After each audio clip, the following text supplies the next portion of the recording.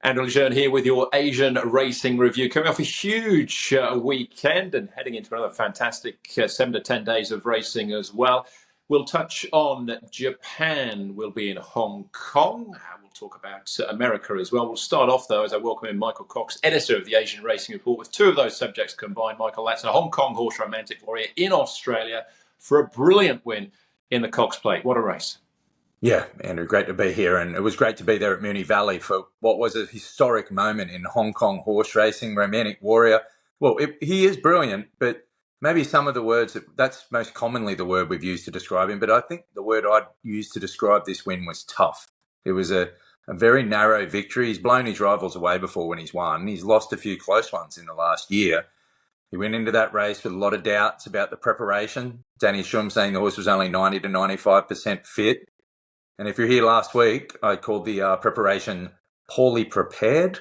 I said the horse was underdone. I've been very critical of Danny Shum and his preparation of this horse and how wrong I was. It's nice to admit when you're wrong. I was wrong about every single prediction I made last week. So I'm going to steer clear of predictions this week. I'm going to take a week off that. But what a win. I mean, it was just thrilling to be there and see the reaction of the owner, Peter Lau, the trainer, Danny Shum, James McDonald, who's really endeared himself to the Hong Kong owners with his fly-in, fly-out visits, but he's repaid the faith in the plan that he hatched with the owner and trainer. Trainer executed the plan. And look, whatever we say about the preparation and the horse's fitness and how we got there and the disappointing run as odds-on favourite in the Turnbull Stakes, when they look back in the record books, they'll see Romantic Warrior won the 2023 Cox Plate.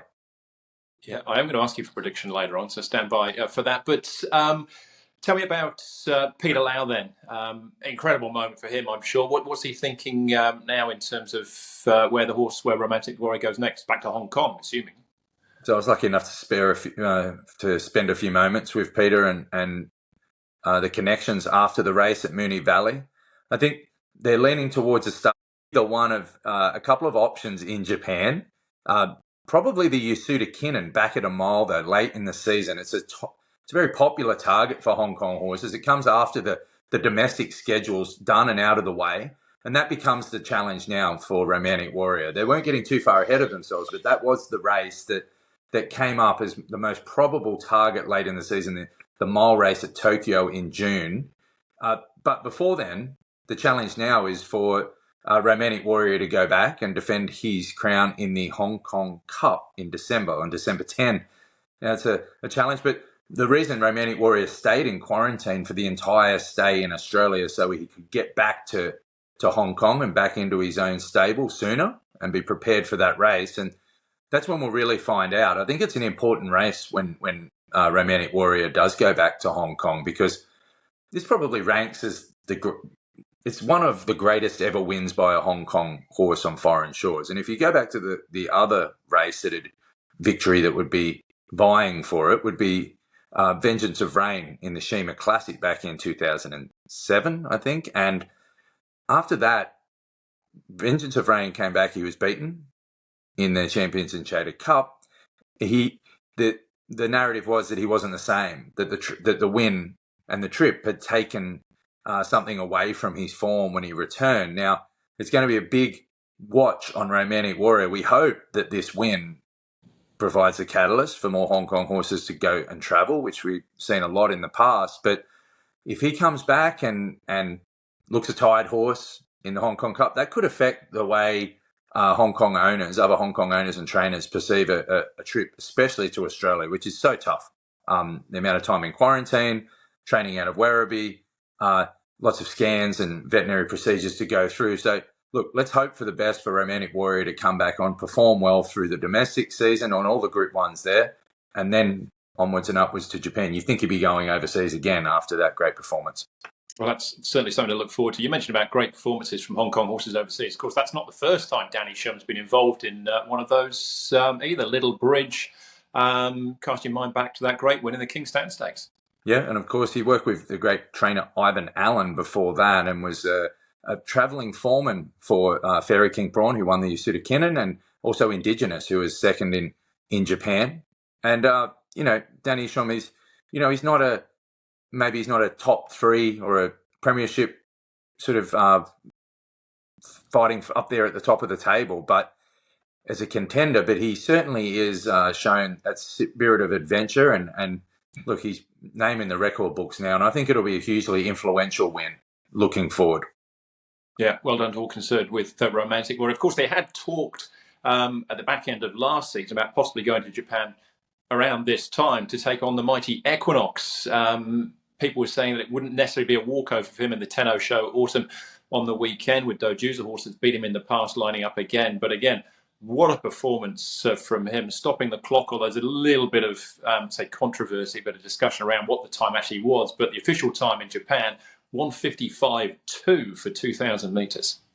Well, I mean, let's just put that out of the way first. Comparing turf times from different countries and different surfaces is bad enough, but when you factor in the different starting procedures of rules, and it's not a big running start, but the way races are timed all around the world is completely different. So trying to just compare them is apples and oranges. But then even on different days on the same race course, I mean, just have a look in any race book when you go to the races and look through the track records. You don't necessarily see a list of all-time greats. You see a list of days when the track was red hot or there was hard tempo. And that's what we saw a bit of on Sunday. Jack Dior just carving out just unrelenting sectionals in front. I think 4 of the runners at least broke the old track record. They were flying. You get a real pull through, but that doesn't diminish the dominance of this win, because Jack Dior might have been out there in front trying to steal a break. And look, I don't know if they talk about jockeys having a clock in their head. I don't know. Maybe he had a digital one. I don't know if it was ticking. It wasn't ticking. It was going far too quick in front. But really, Equinox controlled the race. All eyes were on him. It was a small field. Lemaire jumped him out aggressively. He took matters into his own hands. I think if you look at the helmet cam footage of Lemaire, he really had that intent that if he had to lead, he would, like he did in Dubai in the Shima Classic. He just wanted to take any sort of luck, tempo out of the equation. He knows he can lead. He knows he can run sectionals that just take the other horses into deep, deep water and just blow them away. Talking to some of the jockeys from the beaten runners in the Shima Classic from his previous run in Dubai that were back in the field, in the middle stages, they felt like there's something wrong. But my horse isn't travelling. There's something wrong with 1,000 to go. It's the way Equinox takes races away from horses just incrementally through the middle sections. But then you look at him on the turn, just cantering. It's just an awesome sight. A horse that's just a beautiful mover, lovely long stride. And we haven't seen the last of him yet. He'll go to the Japan Cup, where he'll likely face Liberty Island, which is one of the all-time great clashes. And then maybe onto the Arima Kinnon, which will probably be the horse's final run. But let's see, he's 4. Let's hope not. But I would say that he's an incredibly valuable stud proposition at this point already, and we're lucky to see him even for 2 more runs. I'm fascinated to see what happens with Liberty Island. On paper, she can't get near him, but it's just the unknown of what she's done so far and how far she might fly. We'll talk about that as we get closer, of course. But in behind Equinox, he's not going to Hong Kong. But could some of the horses that chased him home, could they making an international trip in December? Yeah, if you look behind him there, it's Justin Palace moving home well. His best form is over 3,000, 3,200 metres. I mean, look, none of these horses in behind him, I don't think we'll ever want to see him again. So they'll be looking for overseas targets. I think they'll be keen for a trip to, their connections will be keen for a trip to Sha Tin at the end of the year, where they might find they won't find Equinox, let's put it that way. They might see Liberty Island, who was amongst the entries for Hong Kong, by the way, and that would be a wonderful proposition for the fans there. But that's Justin Palace running on for second. One for the Vase, Prognosis. He was already second in the QE2 behind Romantic Warrior at Sha Tin. So I think he's a likely for the Cup. And then Danon Beluga, he's also entered for the Cup. He was 4th there for Joe Moreira. A bit of a closer there. Travelled. Look, I think that they're going into a much easier task than what faced them there on Sunday at Tokyo. All right, moving to Hong Kong, Michael. Unfortunately, some sad news to pass on as well. Not everyone would have known Howard Liang, but surely have known his horse who followed Hong Kong racing any shape or form, carrying the California prefix, he sadly passed away.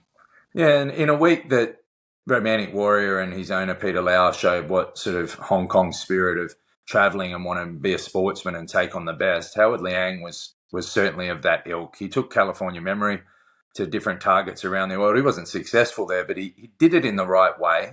Howard Liang, he was only 68, raced more than 30 horses in Hong Kong and a lot of horses in Australia as well. You know, I think he took over from his father, and he probably lifted his legacy even more, the family legacy, and just bought lovely horses, especially in Australia through his bloodstock agent here, Marie Yoshida, a good friend of mine, and my thoughts go out to her and everyone who knew Howard, because he was a very kind person. And I spoke to Tony Cruz in the week, who was the trainer of Howard's best-known horse, California Memory, the little grey horse that was just such a trier and a real crowd favourite. How could he not be? He looked like he was 14 hands, looked like a little, quiet little pony walking around, and then the bell would go for the jockeys to be legged aboard, and he'd have two handlers on him just rocking back and forward like a prize fighter. He was just such a great horse, but a great owner with those distinctive red and yellow colours, and most recently with California Spangle. And Tony Cruz just, you know, as a trainer, he supported Tony a lot. He trained California Memory, of course, and California Spangle. Called Howard a true gentleman in all aspects of the word. Dedicated, steadfast, sincere, friendly. And what he said, he became much more than an owner. He was a friend and a great supporter of local trainers and jockeys as well. Matthew Chadwick, best known as his connection with California Memory, also had some kind words to say. But he'll be dearly missed. But California Spangle out there with those red and yellow colours, be an emotional moment if he can win again in the Hong Kong Mile in December. Certainly will be. Condolences to friend and family there of Howard Liang. Golden Eagle is next for us, Michael. Of course, that's coming up Rose Hill on Saturday, and we were hoping to see Yutaka Take in town, but that's not going to be the case anymore. Yeah, freak accident at Tokyo early on in the Tenno show on the undercard as he went to unsaddle a horse, was cow-kicked, I think the term is. He's very horse lashing out as he took the saddle off, and you can see the obvious concern from those around as the legend sort of reeled away with a leg injury. News now is that Josh Parr has been booked to ride the NHK Mile Cup place getter. That's a big pickup for Josh Parr. His name's not mentioned as much through when we talk about the great jockeys in Sydney. It's a crowded room when it comes to superstars, but he's a hard-working and talented jockey. He's won Group 1s before. He's also represented by former Hong Kong-based jockey Ty England, who's taken up jockey management, who was to represent Take if he was to come to Australia. So that link there, and has landed Josh Parr a pretty plum ride. It's a tough race, but yeah, what a pickup for Josh Parr. Certainly is. Golden Eagle on Saturday. Also this weekend in the US, the Breeders' Cup meeting on. And Japan sending a strong team. They've got 9 horses engaged over the weekend. Now, yourself and Dave Morgan, that'll be the focus of this week's Asian Racing Report podcast. You'll be previewing the meeting. They said you were taking a break from making predictions, but maybe you can just give us one as far as the Japanese horses are concerned. Who do you think's the best going forward into the weekend? I can do that. I say most likely winner. I'm not going to say whether it wins or not. I'm steering right clear of the preparation. I don't know anything. I'm not there. I was there at Santa Anita 9 years ago for the Breeders' Cup. It's a wonderful event. If you're there, enjoy it all, and the beautiful weather there in California. But look, I think Songline in the Breeders' Cup Mile is the most likely winner for Japan. She's a proven traveller, won in Saudi Arabia, seasons, come back, 3-time Group 1 winner in Japan, 2-time Yasuda Kinnan winner. That sort of form, when you look at winners of this race in the past, really stacks up. Like Japanese milers, it's not where you look for the superstars necessarily all the time. It's a competitive bunch, though. I like that she's travelled before, and I think Songline, most likely winner out of the Japanese contingent in Los Angeles.